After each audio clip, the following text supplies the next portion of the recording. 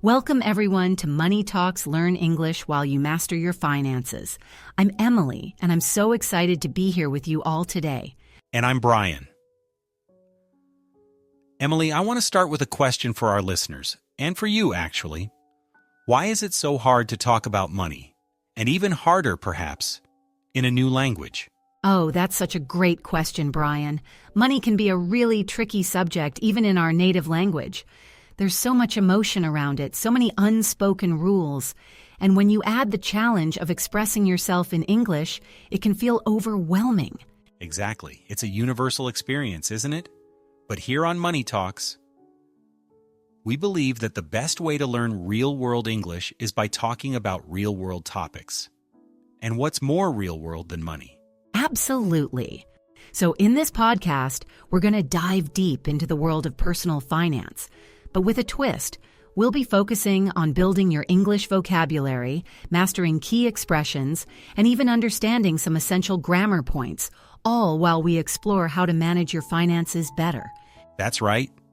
Whether you're trying to understand your bank statement, negotiate a price, or just chat about your budget, you'll gain the confidence and the words you need. We'll give you practical examples, mini dialogues, and even some fun role plays to make learning engaging. Get ready to unlock a whole new level of English proficiency and financial literacy. We're going to cover everything from everyday money vocabulary to banking, budgeting, investing, and even the mindset behind our money habits. It's going to be packed with useful information, and we can't wait to share it with you. Let's get started and make your English and your money work harder for you. That's right, Brian. And what better way to make our English and our money work harder than by starting with the very basics, the words and phrases we use every single day when we deal with money. Absolutely, Emily. Because whether you're buying a coffee, paying a bill, or just checking your bank balance, you're constantly interacting with financial language. And sometimes these simple, everyday terms can be the trickiest to master in a new language. I agree. So today we're diving into everyday money vocabulary. We'll talk about things like how we pay for stuff, what we carry our money in, and even how we talk about having or not having enough money. Sounds good? Let's imagine a common scenario, Emily. You're out shopping. What's the most straightforward way to pay for something? Well, the classic way is to pay with cash, right? You know, physical money, banknotes and coins. My dad always prefers to pay with cash. He says it helps him feel like he's spending real money, not just numbers on a screen. That's a great point. And speaking of physical money, it brings us to an important grammar tip for today. Countable versus uncountable nouns. Cash is often considered an uncountable noun, just like money. We say, how much cash do you have? Not how many cash. Ah, that makes sense. So money is uncountable too. We don't say many monies. But what about those physical pieces, like a $5 bill or a quarter? Excellent question. The individual units of money are countable. So you can have a coin, many coins, a bill, or several bills. For example, I have $5 in coins in my pocket, or can I have 5 $1 bills, please? So while money is uncountable, coins and bills are countable. Got it. That's super helpful. Now, Brian, besides cash, what's the most common way to pay these days, especially for bigger purchases? For most people, it's definitely a debit card. You swipe or tap it, and the money comes directly out of your bank account. It's very convenient because you don't need to carry a lot of cash. Do you use your debit card often, Emily? All the time. It's so much easier. I only take out cash in when I know I'll need it for something specific, like a small shop that doesn't accept cards, or to give my nephew some pocket money. And when I need cash, I go to an ATM. An ATM. That's a great term. It stands for Automated Teller Machine. It's a machine where you can Withdraw cash from your bank account, or sometimes deposit cash or checks. It's basically a bank teller but automated. Very useful. And where do you keep your cash and your cards, Emily? In my wallet, said of course. My wallet is pretty essential. It holds my debit card, my ID, and sometimes a little bit of cash for emergencies. I'd be lost without it. Me too. A wallet is a must-have for everyday money management. Okay, so we've got cash, debit card, ATM, wallet, and we've talked about countable and uncountable nouns. Now let's put some of these words into a mini scenario. Emily, let's say we're going grocery shopping. Oh, I love grocery shopping. It's a great way to see how much things cost and manage your budget. Perfect. Budget is another key everyday word. Your budget is a plan for how you will spend and save your money. Do you usually stick to a strict budget when you go grocery shopping? I try to. Before I go, I usually make a list and think about the prices of things I need. I want to make sure I don't overspend. For example, I might say to myself, okay, I'm only going to spend $50 on groceries this week. That's a smart way to my budget. You're being mindful of your expenditures, which are the things you spend money on. What kind of things do you look for when you're checking prices? Well, I always compare prices between different brands to make sure I'm getting the best deal. And I love it when I find a discount. A discount is when something is sold for a lower price than usual, like 20% off or buy one, get one free. Those are my favorite. Discounts are great, aren't they? It feels good to save money. So, you've filled your cart, you've looked for discounts, and you head to the checkout. The cashier rings up all your items. What do you get at the end of the transaction? The bill. Well, in this case, a grocery bill. It's the total amount of money I owe for everything I'm buying. I always check the bill to make sure there are no mistakes. After I pay, I get our receipt. Yes, the receipt is super important. It's a piece of paper that shows proof of purchase. It lists what you bought, how much you paid, and the date. Why is it important to keep your receipt, Emily? Oh, it's vital, especially if I need to return something. Let's say I bought some apples, but when I got home, I realized they were bruised. I'd take them back to the store and they'd ask for my receipt to give me my money back. No receipt, no return. That's right. The receipt is your proof. So you've paid for your groceries? Let's say the bill was $48.50 and you paid with a $50 bill in cash. What do you expect to get back? I'd expect to get change. In this case, $1.50 in change. Change refers to the money you get back when you pay more than the exact amount due, usually in cash. Or it can also mean small coins, like, do you have any spare change? Precisely. Both uses are very common. It's good to be aware of the different meanings. Now, Emily, let's talk about a situation many of us have faced. What if you go to pay and your card is declined, or you realize you don't have enough cash? Oh no, that's the worst feeling. That's when you might say, oh dear, I'm so broke. Being so broke means you have no money or very little money. It's an informal way to say you're out of cash. It's a temporary state, hopefully. Hopefully? It's a common idiom. I'm broke until payday means you have no money until you get your next salary. It's usually not a permanent state, just temporary. So, if you're broke, what would you do? Well, if I were at the grocery store and found myself broke, I'd probably have to put some items back. Or, if I had my debit card, but no cash, I'd go to the ATM to get some cash. That's why having a budget is so important. If you plan carefully, you're less likely to be unexpectedly broke. Exactly. A good budget helps you avoid those I'm broke moments. It helps you manage your cash flow, literally. So we've talked about cash, debit cards, items, wallets, being broke, having a budget, looking at the bill, getting change, finding a discount, and keeping your receipt. That's a lot of useful words. It is, and all of them are part of our everyday financial lives. Just by understanding these terms, you're already much more equipped to handle daily transactions and talk about money in English. And remember our grammar point. Money and cash are generally uncountable, while coins and bills, the physical notes, are countable. Yes, practice saying phrases like, I have some money versus I have a few coins.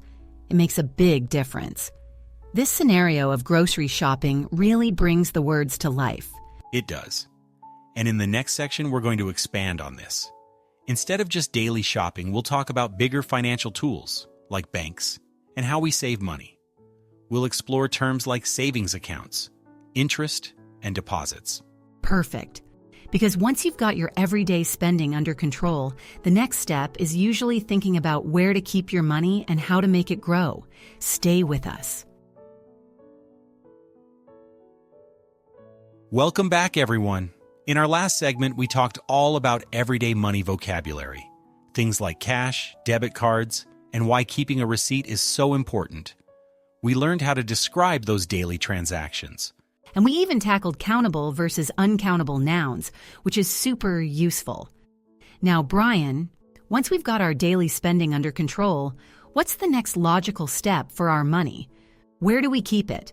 And how do we make it work for us beyond just sitting in our wallet? That's an excellent question, Emily. And it leads us perfectly into our next topic, banking and saving. This is where we start thinking about long-term money management, not just what's in our pocket today. We're going to explore terms like savings account, interest, deposit, and withdrawal. Oh, fantastic. I've been thinking about getting more serious about saving. I hear people talk about savings accounts all the time, but I'm not entirely sure how they work or what I should do to get one. That's exactly why we're here. A savings account is a special type of bank account designed to help you save money. Unlike a checking account, which is for daily transactions like paying bills, a savings account is generally for money you don't need right away. The main benefit is that your money can earn interest. Interest. I hear that word a lot too. What exactly is interest in this context? Is it like a bonus for saving? You got it, Emily. In simple terms, interest is money that the bank pays you for keeping your money in their savings account. It's like a small reward. The bank uses your money to lend to others, and in return, they give you a percentage back. So, your money slowly grows without you doing anything extra. It's a key benefit of saving. That sounds great. So if I put money in, it's a due depository, right? And if I take money out, it's a withdrawal. Precisely. Those are two fundamental banking terms. A deposit wakmo is when you put money into your account. You can deposit cash, checks, or even transfer money from another account. For example, I made a deposit of $200 into my savings account yesterday. And a withdrawal is when you take money out of your account. You can make a withdrawal at an ATM, at a bank branch with a teller, or by transferring money to another account. For instance, I needed some cash, so I made a withdrawal from the ATM. Got it. Deposit in, withdrawal out. Simple enough. So let's say I've decided I want to open a savings account. What should I do first? What's the process like? Excellent question. And here's where our grammar focus for today comes in handy. Modal verbs for financial advice. We'll be using words like shouldn't, couldn't, and so must. First, you should be Chibbers research different banks. They all offer different savings accounts with varying interest rates. An interest rate is the percentage the bank pays you. Some banks might have higher rates than others or different fees. You even check online reviews to see what other customers say. So, should compare banks. That makes sense. What must I have or do to actually open the account once I choose a bank? To open any bank account, you must B's provide identification. This usually means a government-issued ID, like a passport or driver's license. You should also bring proof of your address, like a utility bill. The bank needs to verify who you are. Okay, so I must bring my ID and proof of address. And I guess I should also bring some money for my first deposit. Exactly. You should decide how much you want to start with. Some savings accounts require a minimum initial deposit to open, so it's good to check that beforehand. Once you've provided your documents and made your first deposit, the bank will set up your account. They'll give you an account number and probably a debit card if it's also linked to a checking account. That sounds straightforward enough. And once I have the account, how do I know how much money I have in it? Is there a special word for that? Absolutely. That's called your bastoidin balance. Your balance is the total amount of money you have in your account at any given time. You can check your balance online through a mobile banking app at an ATM or by calling the bank. For example, I checked my balance and saw I had saved up enough for my trip. So the one balance cost is like the running total. That's very useful to know. And what about a statement, Wei? I've heard that term too. Is that related? Yes, a bank statement is a document that summarizes all the transactions in your account over a specific period, usually a month. It shows all your deposits, withdrawals, any interest earned, and your current balance. You should regularly review your bank statements to make sure there are no errors and to track your spending. Many banks now provide electronic statements, which are great for the environment. Oh, so it's a detailed report of everything that's happened with my money in the bank. That definitely sounds like something I should look at regularly. It would help me keep track of my saving progress. It certainly would. And speaking of progress, let's talk a little more about earning, interest. The amount of interest you earn depends on the interest rate the bank offers. A higher interest rate means your money grows faster. So, if Bank A offers 0.5% interest and Bank B offers 1.5% interest on a savings account, should you choose Bank B if my goal is to earn more money, assuming all other things are equal, right? That's correct. You should always compare interest rates when looking for a savings account. It can make a significant difference over time, especially with larger sums of money or long-term saving. Another thing to consider is whether the interest is compounded. Compounded? What does that mean?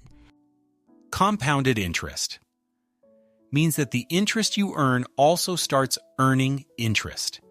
It's like your money is having little money babies, and those babies also have babies.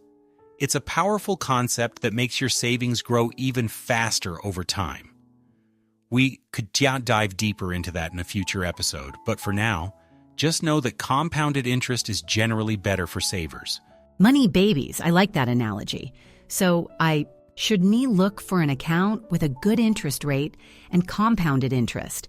That's very clear. Exactly. Now we've talked about putting money in and taking it out, and seeing how much you have. There's another important financial term often associated with banks, but it's the opposite of saving, a loan. A loan? Like when you borrow money? That's right. A loan allowance is money that a bank or financial institution lends to you, which you then agree to pay back, usually with interest over a specific period. For example, people take out a car loan to buy a car or a mortgage loan to buy a house. While a savings account helps you grow your money, a loan is money you borrow. You must be very careful when taking out a loan, as you'll have to pay it back plus the extra interest. So with a savings account, the bank pays me interest, but with a loan, I pay the bank interest. Got it. I shouldn't take out a loan unless I absolutely need to, and I'm sure I can pay it back. Very well summarized, Emily. You've grasped the key difference. Saving is about building your wealth, while borrowing a loan is about taking on debt. Both can be useful, but they serve different purposes. You must always consider your ability to repay a loan before taking one. So, to recap, if I want to save money, I shoulda open a savings account.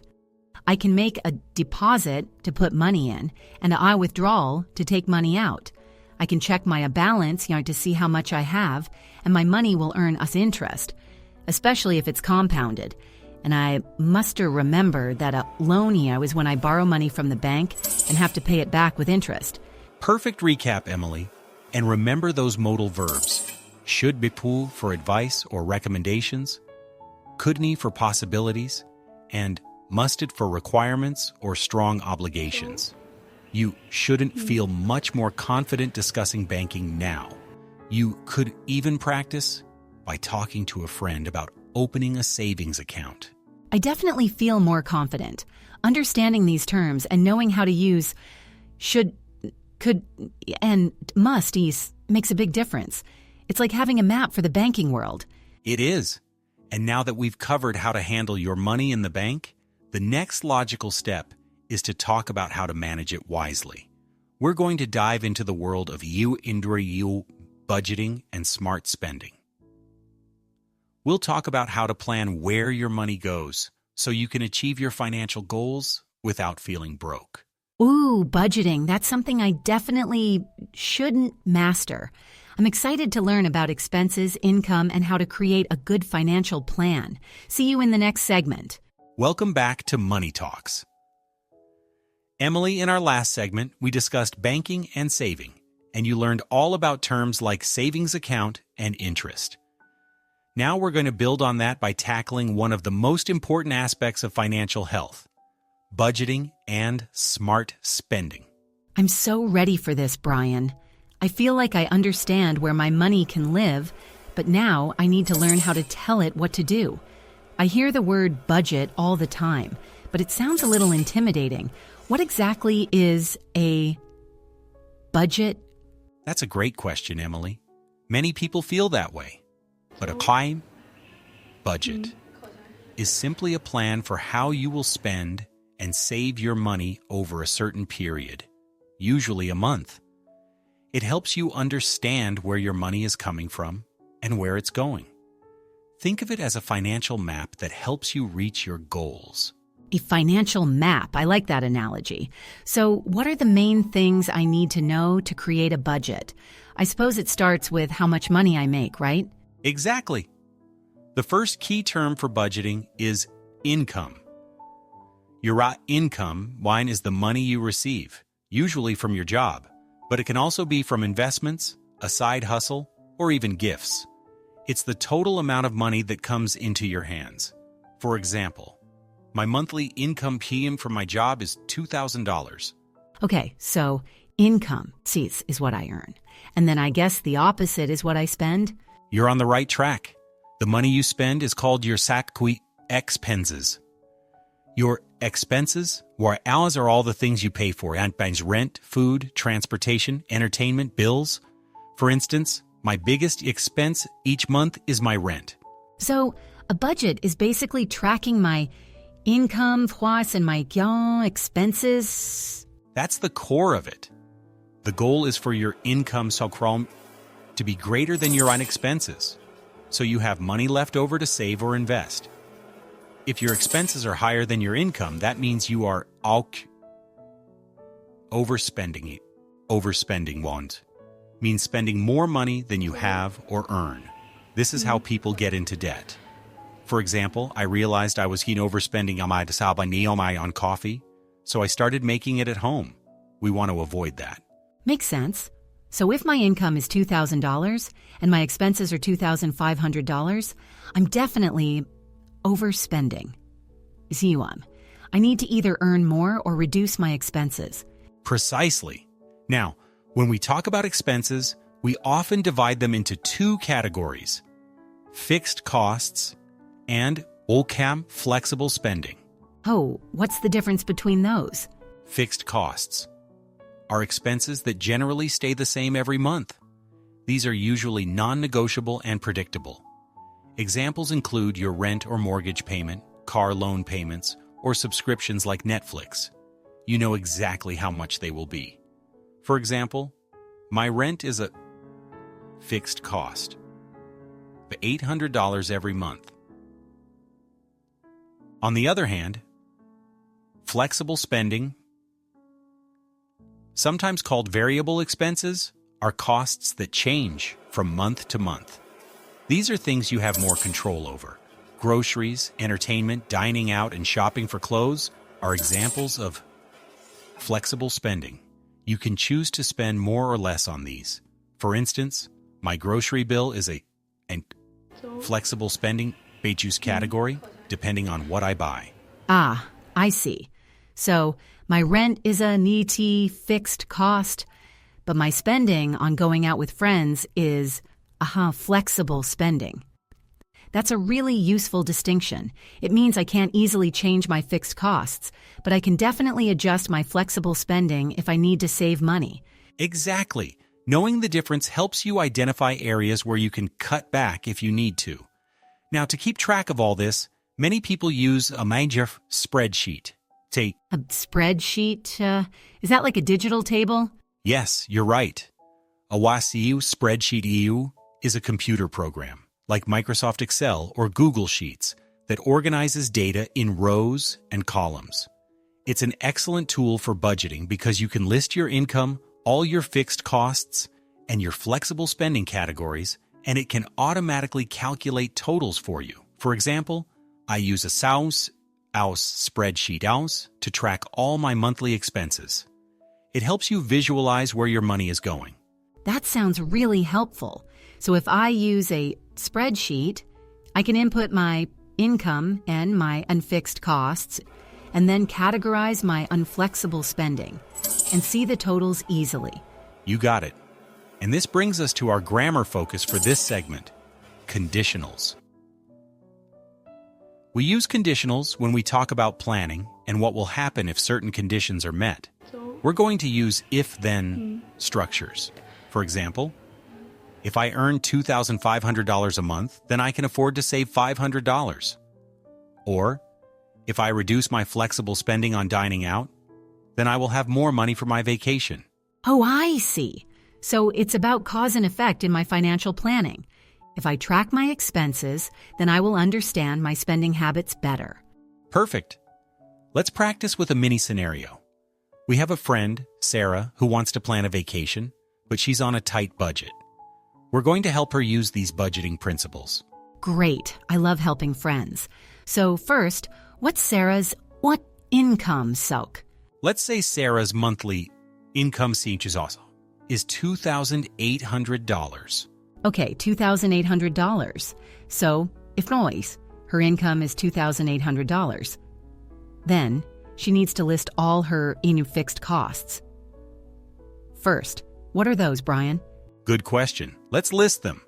Her rent is $1,000. Her car payment is $300. Her student loan payment is $200. And her phone bill is $50.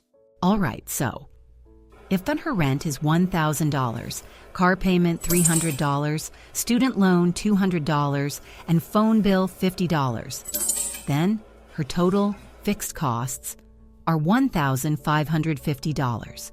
Exactly. So, $2,800 income minus $1,550 fixed costs leaves her with $1,250 for flexible spending and savings. Okay, so if she has $1,250 remaining, then she needs to allocate that carefully. What are her usual flexible spending habits? Well, her usual flexible spending includes groceries, $400, transportation, gas, public transport, $100, entertainment, movies, going out, $250 care, haircuts, toiletries, $50, miscellaneous shopping, $150. Let's add those up. $400 plus $100 plus $250 plus $50 plus $150 equals $950. So, her flexible spending is $950. Then, she has $1,250 minus $950, which leaves her with $300. Correct.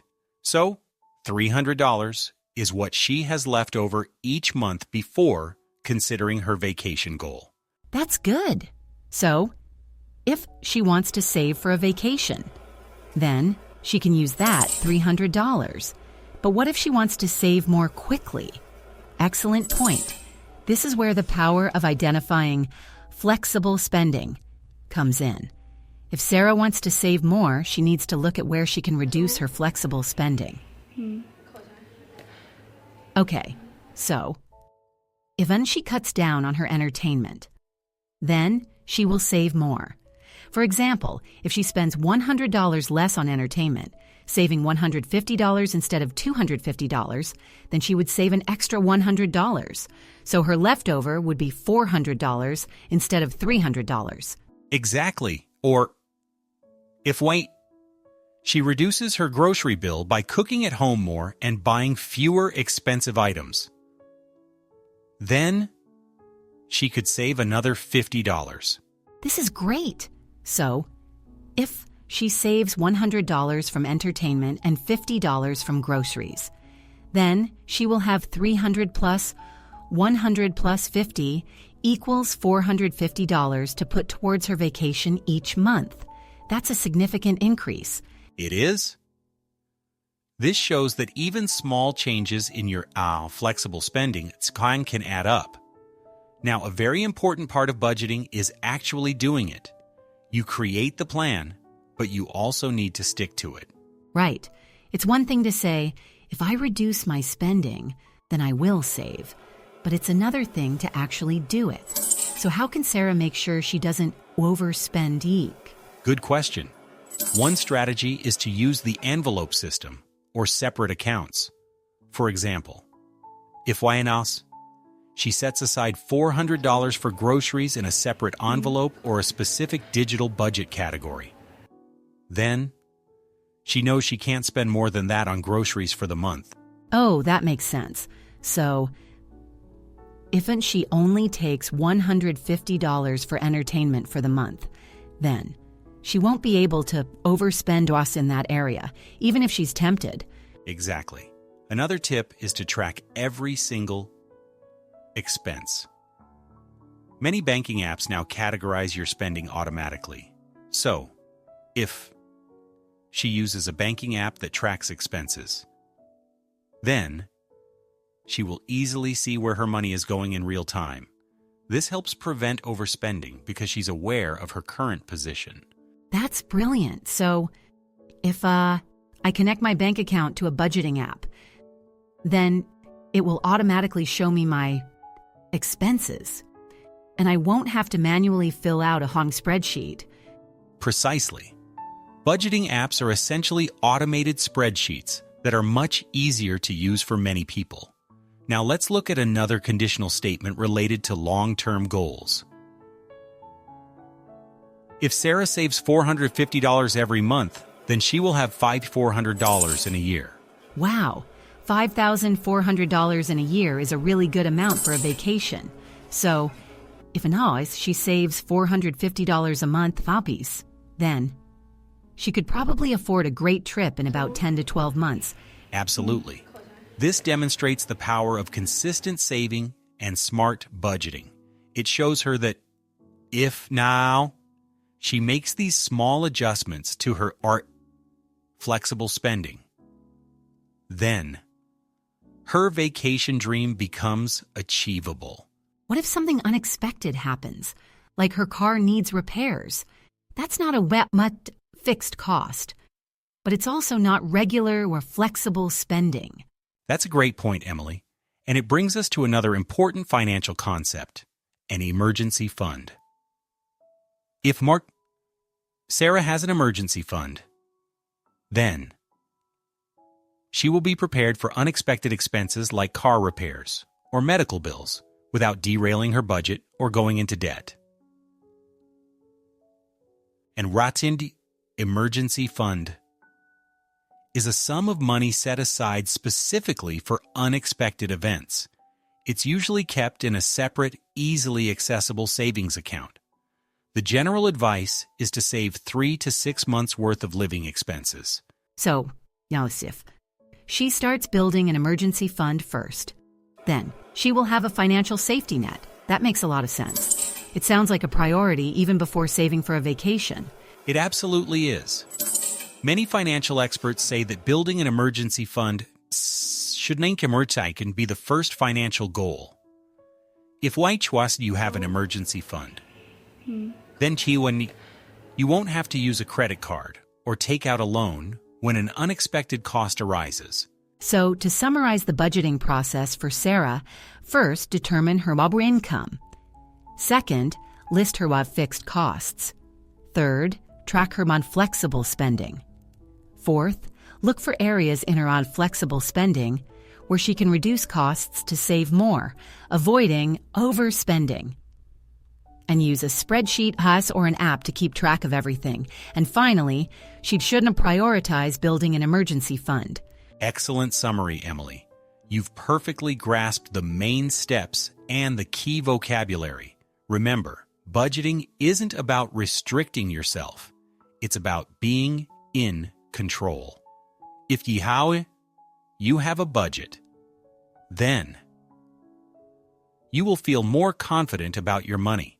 I definitely feel more confident now, and using those if-then statements for planning really helps to visualize the consequences of my financial choices.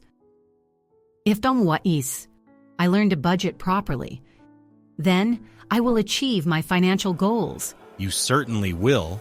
And that brings us to the end of our segment on budgeting and smart spending. We've learned about income, expenses, fixed costs, and flexible spending. We've seen how a spreadsheet or app can help and how to avoid overspending. And we really drilled down on those useful conditional sentences. If I do this, then this will happen. That's so practical for daily life. Absolutely. Now that we've covered how to manage your daily and monthly money flow and even plan for future goals, it's time to tackle a topic that often causes a bit more anxiety for people: credit, debt, and financial mistakes. It's an important area to understand to truly master your finances and your English vocabulary. Financial mistakes. I have a feeling this next segment is going to be very relatable for many people, myself included. I'm ready to learn how to avoid common pitfalls. See you there. Welcome back to Money Talks. Emily, in our last segment, you did an amazing job grasping the concepts of budgeting, income, expenses, and conditional statements. We talked about how to plan for financial goals and avoid overspending. Thanks, Brian. I feel much more confident about making a budget now.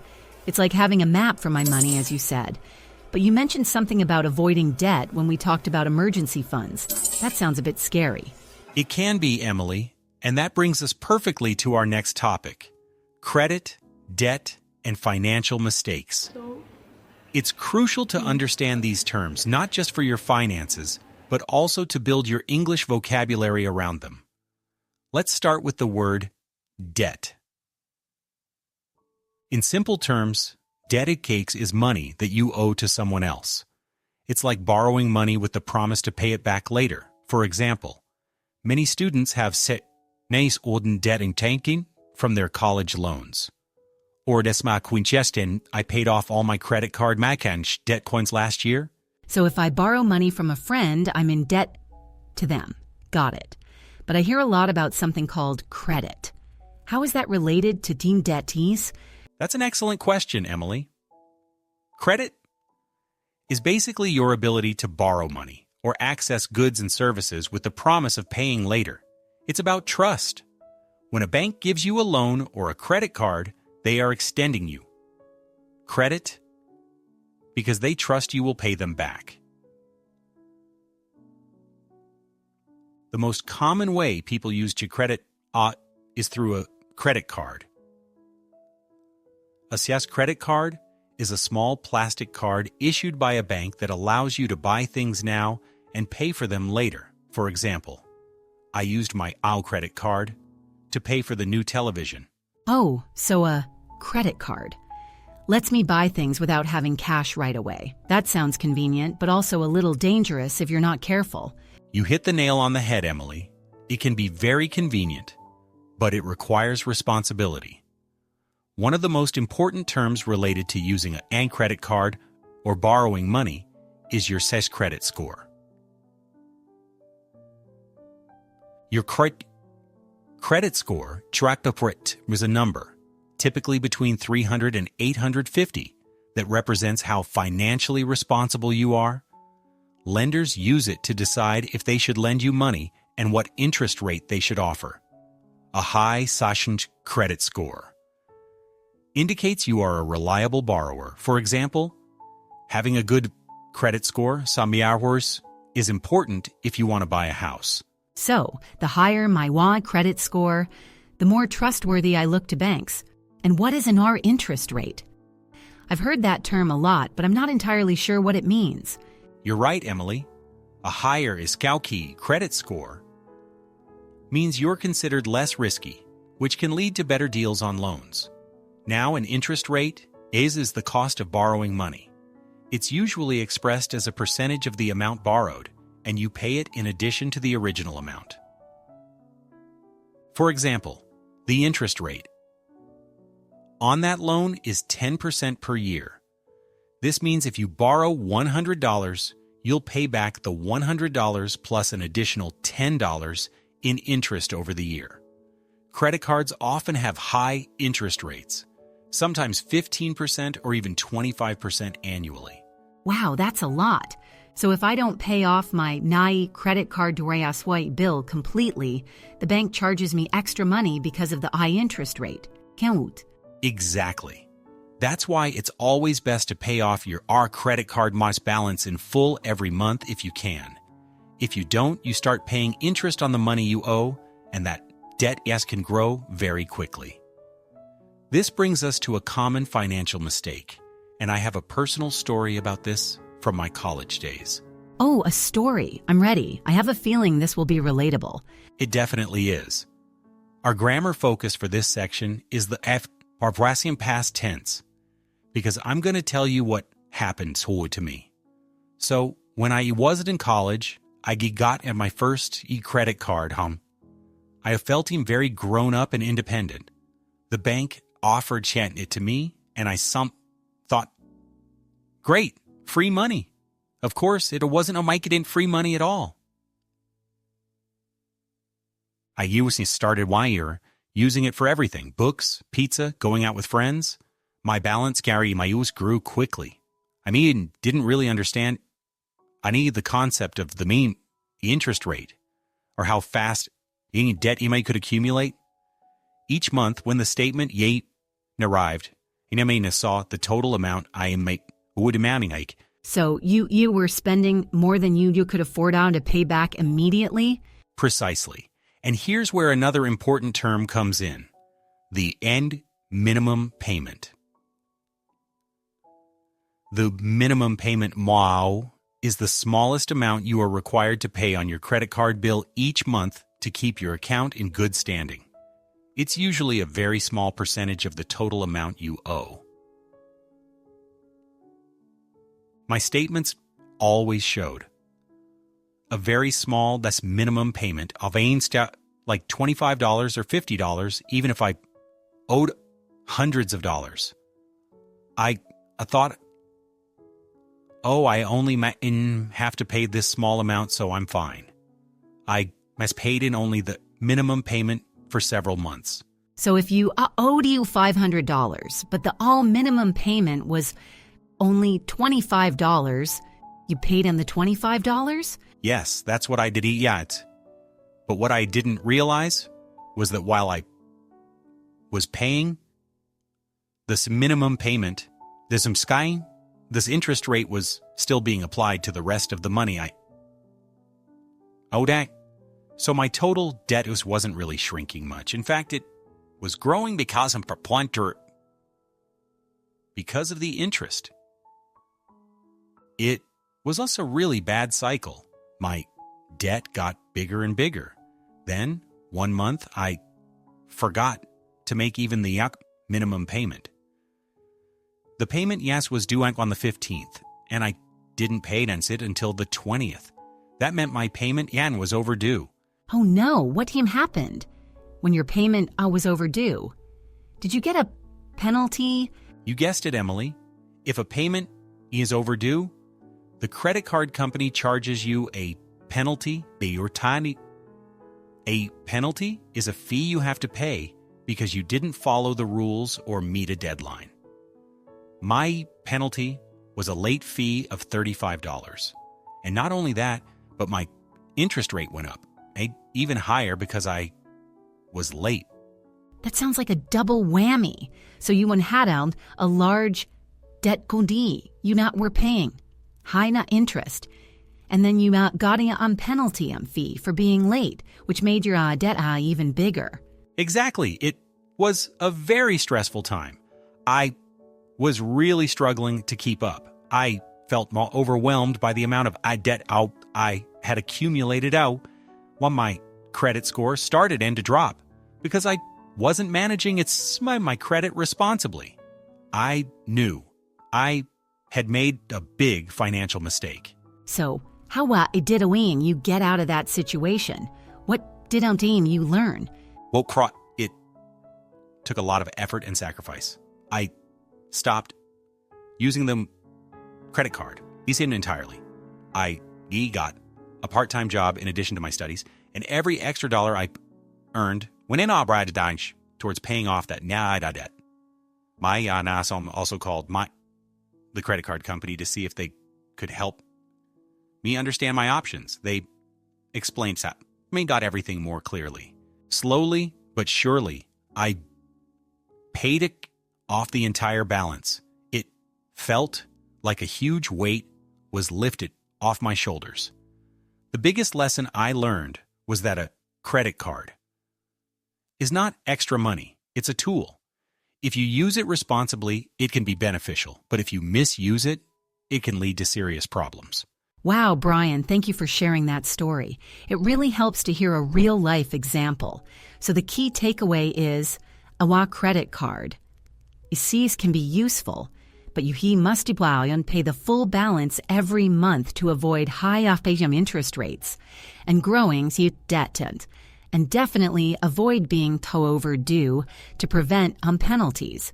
Absolutely, Emily. And to build a good Antitled credit score, which is important for future financial opportunities, you need to pay your bills on time and keep your debt low.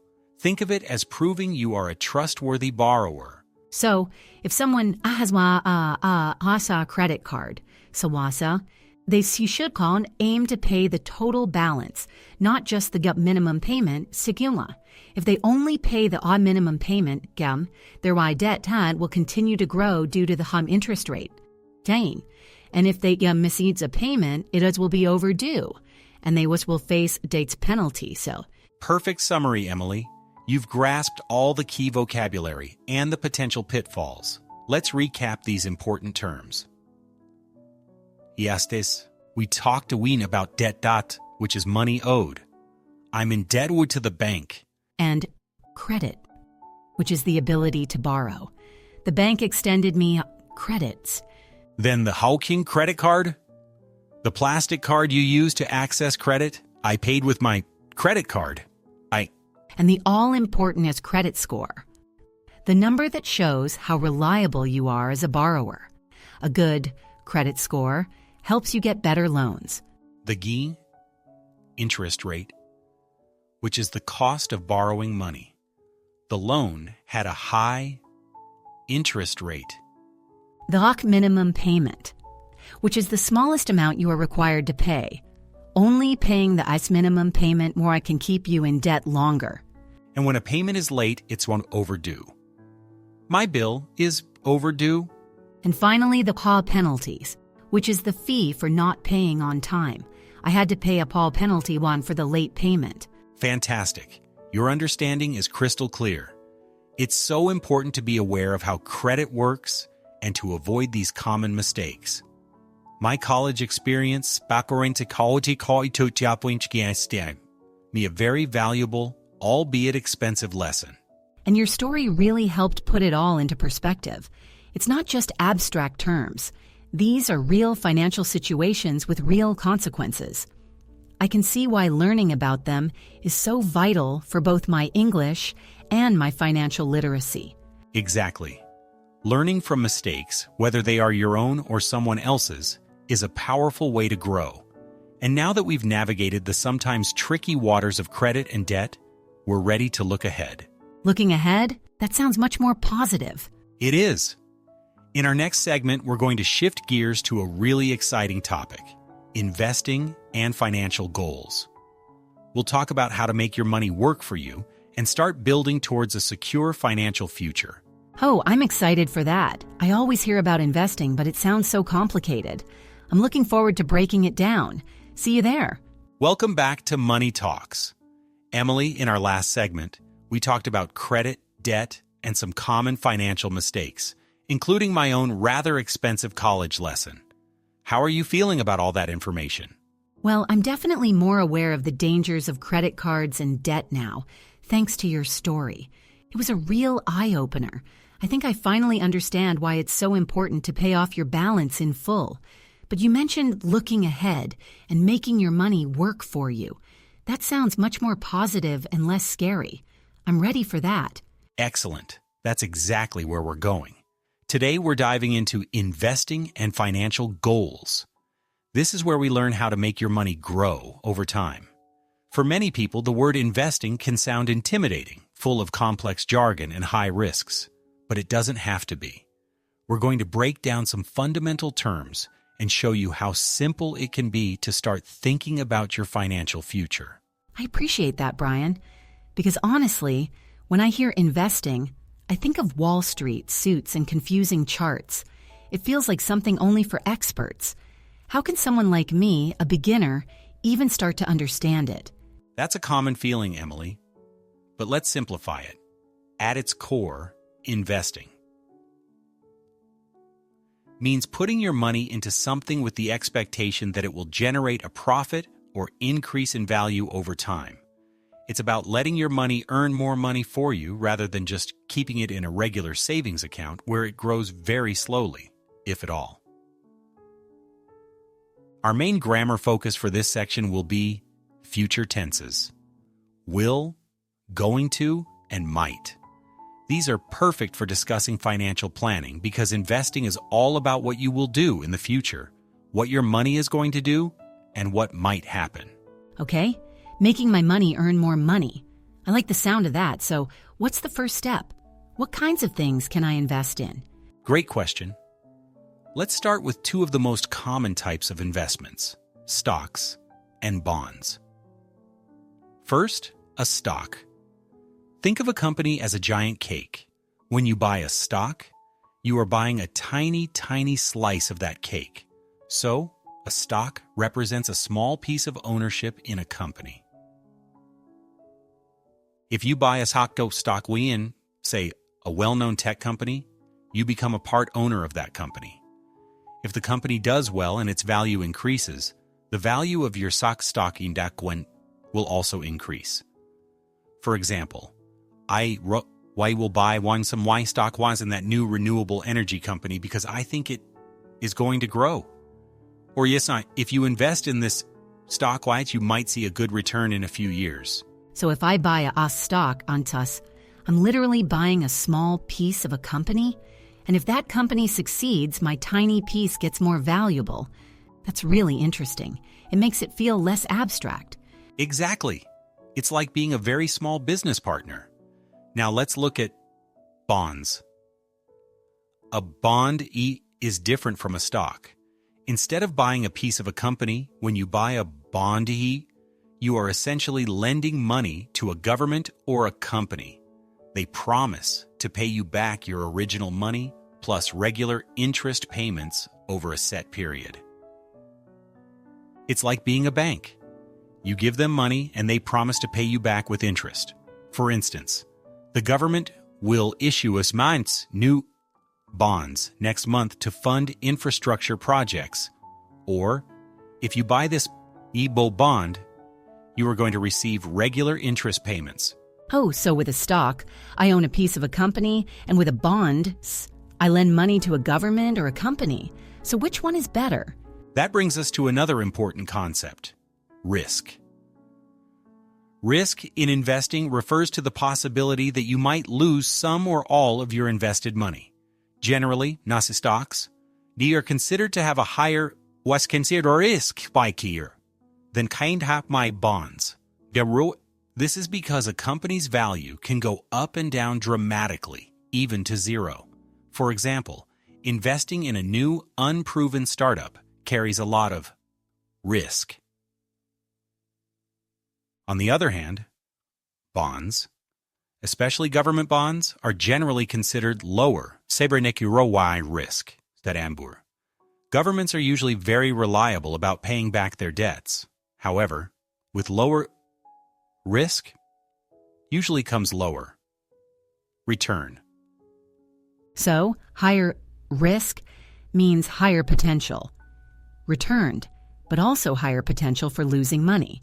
Lower risk means lower potential return, but it's safer. That makes sense.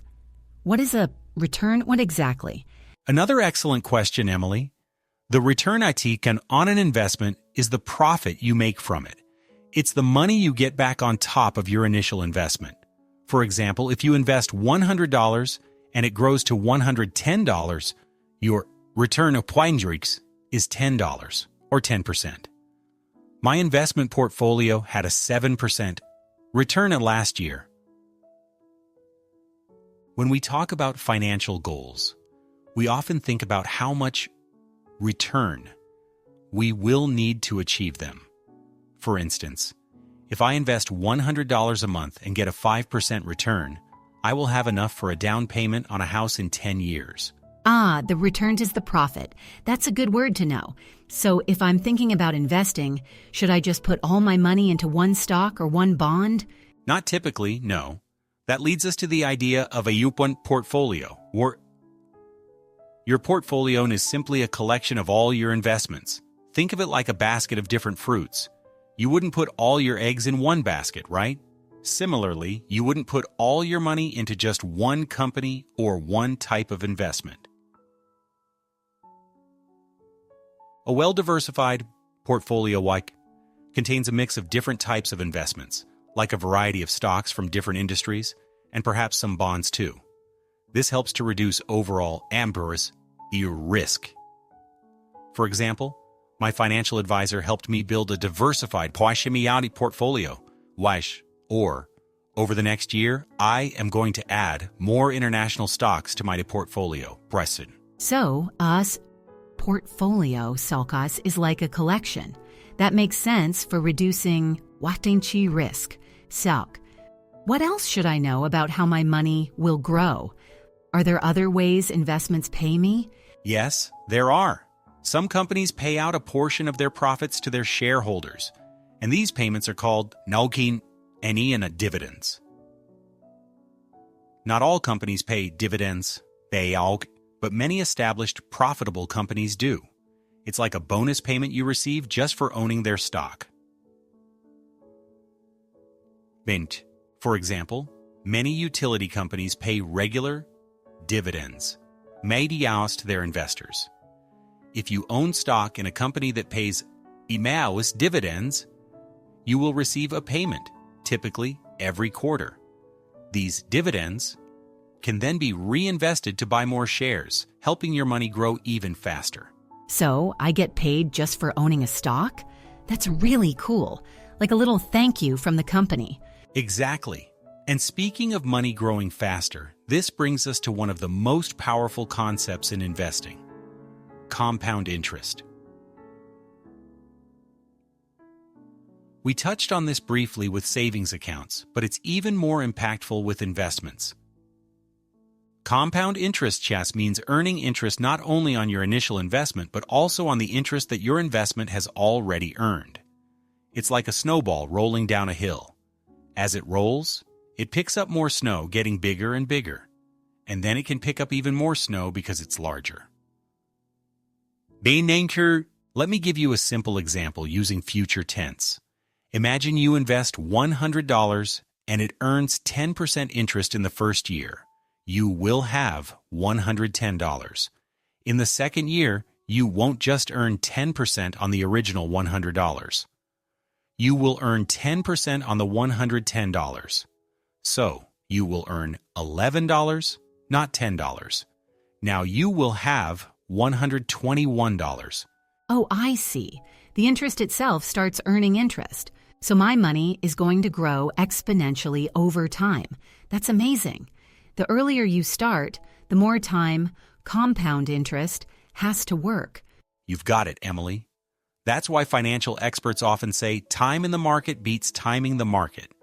The longer your money is invested, the more compound interest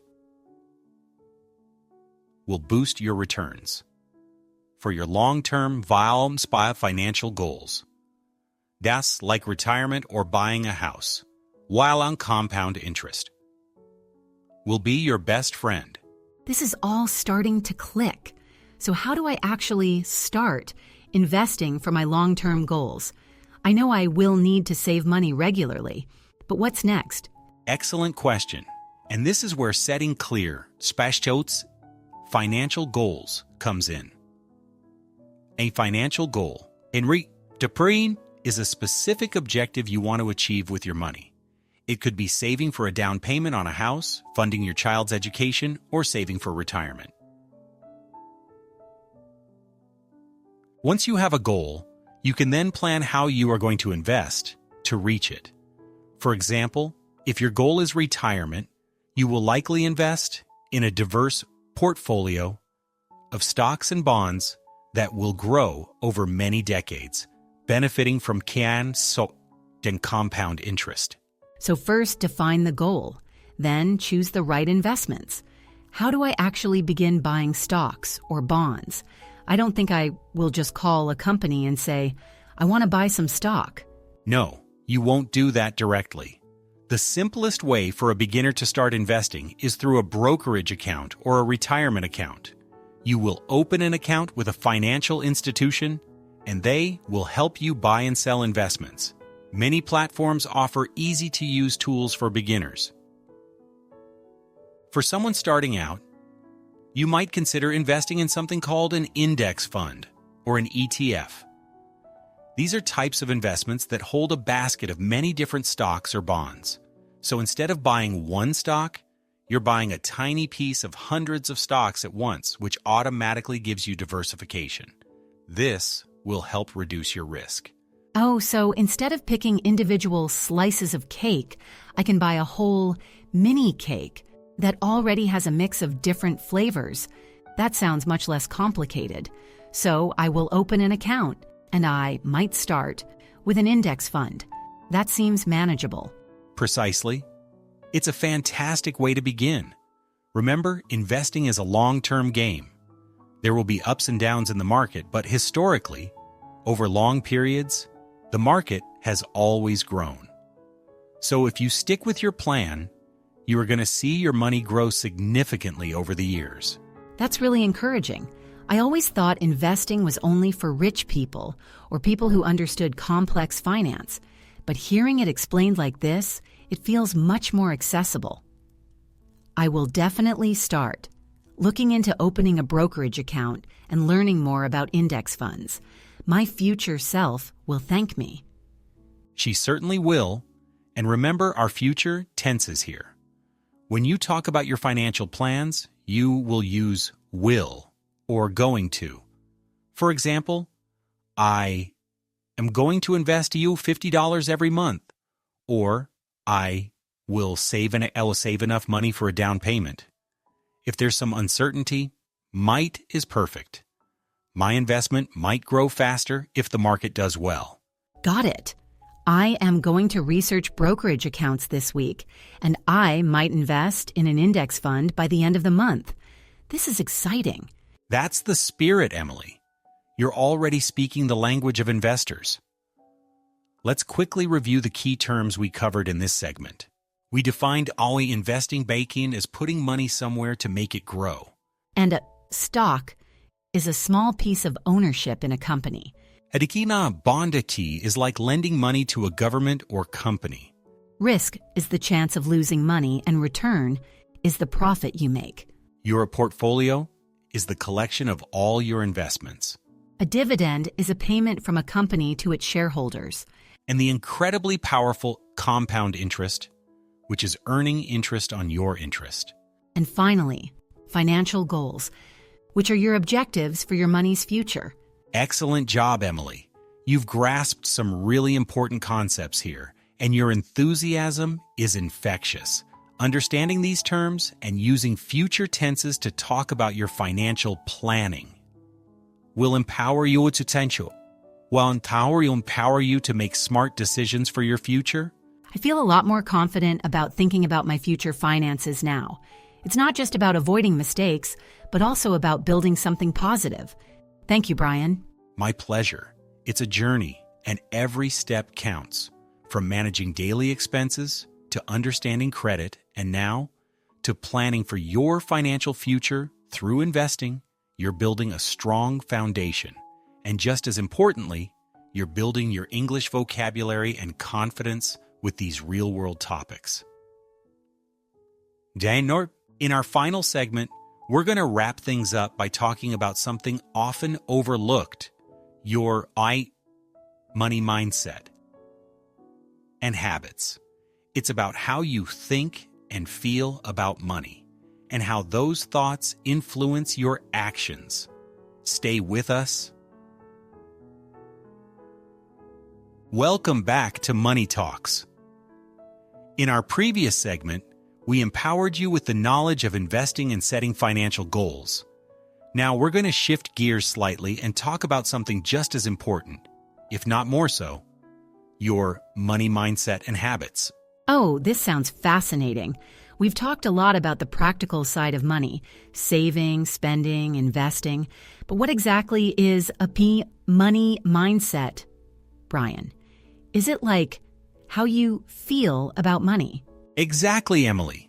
Your money mindset is your underlying beliefs, attitudes, and feelings about money. It's how you think and feel about money, and these thoughts and feelings deeply influence your financial decisions and actions. It's often formed from childhood experiences, cultural influences, and personal experiences. So if someone always thinks money is scarce or that they'll never have enough, that would be their money mindset? Yeah? Precisely. That's a great example of a common one, which we call a drastic scarcity mindset. People with a scarcity mindset often believe there isn't enough money to go around. They might worry constantly about running out of money, even if they have a decent income. They might hoard money, or on the flip side, spend it quickly because they fear it won't last. I think I felt that sometimes.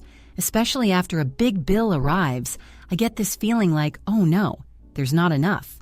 It's that anxious feeling, even if I know logically my budget can handle it. That's a very common reaction, Emily. It's important to recognize when that scarcity mindset creeps in. For example, someone with a scarcity mindset might say, I can never afford that vacation, even without checking the price. Or, I have to tighten my belt and completely and not spend a penny after one unexpected expense. The idiom, tighten your belt, means to spend less money because you have less available. It's about being very frugal. So if I need to tighten my belt, it means I'm going to cut back on things like eating out or buying new clothes. Cut back on means to reduce the amount or quantity of something. Perfect. You've got it. Now, the opposite of a scarcity mindset is an abundance mindset. Someone with an abundance mindset believes there's plenty of money and opportunity available. They tend to be more optimistic about their financial future and are open to creative ways of earning and growing their money. They understand that money is a tool, not something to be feared. And Darwin abundance mindset sounds much more positive. So instead of saying, I can't afford it, you might say, how can I afford it? Or, what steps can I take to make this possible? Exactly. It's a fundamental shift in perspective. For instance, an individual with an abundance mindset might plan how to save up for a new car instead of immediately thinking it's impossible. Save up mindset means to collect money over time, usually for a specific purpose, like I'm white gal saving up my rouse for a trip to Japan next year. So instead of just saying, I don't have enough money for a down payment, I could start thinking, okay, I need to save up X amount each month, and then I'll be able to afford it. That feels much more empowering. It absolutely is. And a big part of mastering your finances involves understanding and changing your financial habits. One common habit that ties into mindset is impulse buying. Oh, I know that one. That's when you buy something suddenly, without planning, just because you see it and you want it right then. Like that cute little gadget at the checkout line. Spot on, Emily. Impulse buying is often driven by emotions or a momentary desire rather than a genuine need or a planned purchase. It can be a real budget buster. It's easy to blow money on these things. To the blow money, means to spend a lot of money quickly and carelessly. For example, I blew all my money on video games last weekend. That definitely happens. Sometimes I see something pretty and before I know it, I've bought it. And then I think, did I really need that? It's like my brain just switches off. That's a good way to describe it. It's often a lack of self-control in that moment. Self-control is the ability to manage your emotions, thoughts, and behaviors, especially in the face of desires or temptations. When it comes to money, it's about pausing before an unplanned purchase and asking, is this aligned with my financial goals? So, developing better self-control is key to avoiding impulse buying, eh? How do you practice that? One way is to create a small delay. If you see something you want to buy impulsively, tell yourself you'll wait 24 hours. Often, after a day, the urge will pass. Another strategy is to ask yourself, do I really need this, or do I just want it? And is this going to help me? Was this going to live within my means? Live within your means. What does that mean exactly? To live within your means to spend no more money than you earn. It's about making sure your expenses don't exceed your income. If you earn $3,000 a month, you live within your means. If you spend $2,500, for example, you're not going into debt. It's a foundational principle for financial stability. I see. So if I'm always paying off my credit card balance every month and not carrying debt, I'm probably living within my means. Pay off means to finish paying money that is owed for something, like I finally paid off my student loan. Exactly. That's a very healthy habit. Now, another important aspect of mindset is gratitude. Being grateful for what you have can significantly reduce feelings of scarcity and the urge to constantly acquire more. When you appreciate your current situation, you're less likely to splurge on things you don't need just to feel better. So, gratitude can help prevent impulse buying.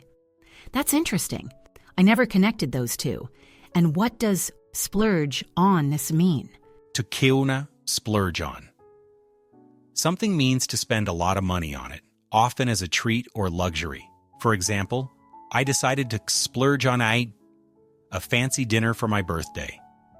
It's not necessarily a bad thing, but it should be a conscious choice, not an impulse. I get it. So if I'm feeling grateful for what I already have, I might not feel the need to splurge onto something new just because it's there. That makes sense. Let me share a personal story about how my mindset has evolved. When I was younger, I used to think of money as something that was always hard to get and easy to lose. I remember my parents often saying, "Money doesn't grow on trees." Oh, I've heard that one too. It's a common idiom. It means money has to be earned and isn't limitless. Right. So, because of that scarcity mindset, I was really afraid to spend money even on things I needed. I wanted to keep every penny. I thought, I just need to haul and get by. To get by means to manage to live or do something with difficulty often with barely enough money. But over time, as I learned more about personal finance and saw the power of investing, my mindset shifted. I started seeing money as a tool for growth and opportunity. I learned the importance of having a our France nest egg, or a Westin House, or a rainy day fund. What are those, Brian? A nest egg and a rainy day fund? A nest egg is a sum of money saved for the future, often for retirement or a major life goal. It's usually a larger, long-term saving. A rainy day fund is money saved specifically for emergencies or unexpected expenses. It's for those times when things go wrong, like a car repair or a medical bill. Both are about being prepared, which helps reduce that scarcity feeling. You tax paying put money aside Montine for them. So you ain't put money aside for your I nest egg and your rainy day fund. To me, put money aside, it means to save money regularly, often for a specific purpose. That's a great habit. Exactly. And it transformed my relationship with money. I still value every dollar, but I'm no longer constantly worried. I learned that you don't have to break the bank to invest or to save. To break the bank, At? That sounds like a very strong idiom. It is. To kiwa atsum, break the bank, means to cost too much money or to use up all of one's money. For example, buying that luxury car would break the bank in for me. It means you simply can't afford it without causing yourself significant financial trouble. So you don't need to break the bank to start building your I nest egg or ein rainy day fund. Small, consistent efforts, right? Absolutely. It's about consistency and developing positive financial habits. Emily, how about you? Have you noticed any shifts in your own money mindset since we started this podcast? Oh, definitely. Before, I used to feel a bit overwhelmed and intimidated by money. It felt like something complicated that only serious, numbers-oriented people understood. I had a bit of a money is stressful mindset. I often felt like I just had to make ends meet on every month. To make ends meet means to earn just enough money to live on, with no extra. Like after paying rent and bills, it's hard to make ends meet. That was my constant worry. A very common feeling, Emily. Many people feel that way. But now, after discussing budgeting, saving, and even investing, I feel much more in control. I understand that it's about choices and information. My mindset has shifted from money is scary to money is a tool I can learn to use effectively. I'm also much more conscious of impulse buying now. When I see something I want, I actually pause and think about my budget and my goals. And I'm starting to appreciate the money I do have much more, which I guess is our gratitude chapter part you mentioned. That's fantastic to hear, Emily. That shift is incredibly powerful. It's not just about the numbers. It's about the emotional relationship you have with your money. When you change your money mindset, you empower yourself to make better decisions consistently. So to recap some of the key terms and idioms from this section. Your money mindset is your beliefs about money. In scarcity mindset is believing there's not enough, and an abundance mindset is believing there's plenty. Impulse buying is buying things without planning, and it can be prevented with hot self-control. We talked about the idiom tighten your belt, meaning to spend less. And a cut back on, which means to reduce. We learned to live within your means, which is to spend no more than you earn. And to pay off debt completely. We also discussed the importance of gratitude and avoiding the urge to splurge on unnecessary things. And that money doesn't grow on trees. Plus the importance of a nest egg and a rainy day fund, which means you say put money aside. And finally, try not to break the bank or blow money on things you don't need. And you shouldn't just get by Matias financially. You've grasped them all beautifully, Emily. This segment truly underlines that financial mastery isn't just about spreadsheets and numbers. It's deeply connected to your inner beliefs and habits. Cultivating a positive, okay money mindset and good, okay financial habits will serve you well throughout your life. This has been incredibly insightful, Brian. I feel like this whole episode has given me so much more than just vocabulary. It's given me a new way to look at my finances. That's exactly our goal, Emily. Learning English while mastering your finances. In our very final segment, we're going to bring it all together, review some of our key vocabulary, and give you some final encouragement. Don't go anywhere. Welcome back, everyone. Welcome back to the final segment of Money Talks. Learn English while you master your finances. We've covered so much ground today, from everyday cash to complex investment ideas, and even the psychology behind our money habits. It's been an incredible journey, Brian. I feel like my brain is buzzing with new words and concepts, and I'm genuinely feeling more confident about both my English and my finances. That's exactly what we hoped for, Emily. And now for our listeners, it's time to consolidate that learning. We're going to quickly review some of the most important vocabulary and expressions we've covered throughout this episode. Think of it as a quick mental recap. Excellent idea. Let's start from the beginning. Do you remember cash and debit card from our very first segment? Absolutely. Cash is physical money, like bills and coins. A debit card lets you pay directly from your bank account. Perfect. And what about when you want to put money into your bank account? That's right. You not deposit our money. And the account where you keep money you want to save is a savings account. Got it. Moving on to managing our money, we talked a lot about planning. What's that plan called? That's your back budget. Your back budget helps you track your income wastuans, which is the money you earn, and your savings about expenses. What means, which is the money you spend. Fantastic. And speaking of spending, we discussed plastic money that lets you borrow money. That would be a Siri credit card. And the money you owe is called debt. Remember, always try to understand the interest rate on any debt. Such crucial terms. Then we moved into growing your money. What's the general term for putting your money to work? That's batsulao investing. And one common type of investment we mentioned is buying stock in a company. Great. And finally, in our last segment, we dove deep into our beliefs about money. We talked about two main mindsets. What were they, Brian? We discussed the scarcity mindset, which is believing there isn't enough money, and the abundance mindset, which is believing there's plenty of opportunity. Shifting to an abundance mindset can be very powerful. It really can.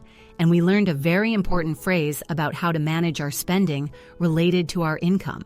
Ah, yes, to live within your means. Which means to spend no more money than you earn. It's a key to financial health. And for those unexpected costs, what kind of fund should we have? That's your rainy day fund. It's money saved specifically for emergencies. And what about those quick, unplanned purchases that can sometimes hurt our budget?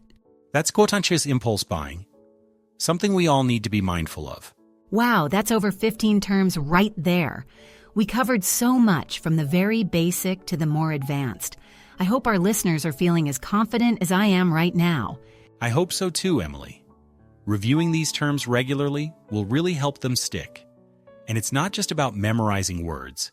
It's about using them in context, understanding their meaning in real-life situations. Exactly. So, for our listeners, we highly encourage you to practice.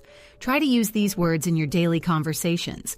Think about your own finances and see if you can describe your own budget, your savings account, or perhaps a time you engaged in impulse buying. You could even try to write down a simple personal budget. using some of the vocabulary we've discussed today. Or describe a financial goal you have, like saving up, want you for a trip, and use future tenses we mentioned. Even better, try to explain these concepts to a friend or family member, maybe in English if you feel brave enough. Teaching is one of the best ways to solidify your own understanding. And remember that learning English, especially vocabulary, is very much like building your financial wealth. It's not about making one huge, grand gesture. It's about consistent small steps every single day. Every new word you learn is like a small deposit into your language bank. Every time you practice a phrase, you are investing in your fluency. It might feel like a slow process sometimes, but those small deposits, and consistent investments really add up over time, creating a substantial nest eggs of knowledge and ability. Just as a rainy day fund gives you security in your finances, having a rich vocabulary gives you confidence and flexibility in your communication. Don't be afraid to make mistakes, whether it's with your English or your money. We all make them. What matters is that you learn from them, adjust your approach, and keep moving forward. The goal isn't perfection, but progress. Keep listening, keep learning, and keep applying what you've learned. Whether it's mastering complex financial terms or simply asking, how much does it cost? Zrenia, every little step brings you closer to your goals. So keep practicing, keep those positive teacher money mindsets, keep gears in check. And remember, fluency is about living the language one phrase at a time. And financial mastery is about living your life one smart decision at a time. Thank you so much for joining us on this financial and linguistic adventure. We've loved sharing this journey with you. From Emily and myself, Brian, thank you for listening to Money Talks Learn English while you master your finances. We hope to see you next time.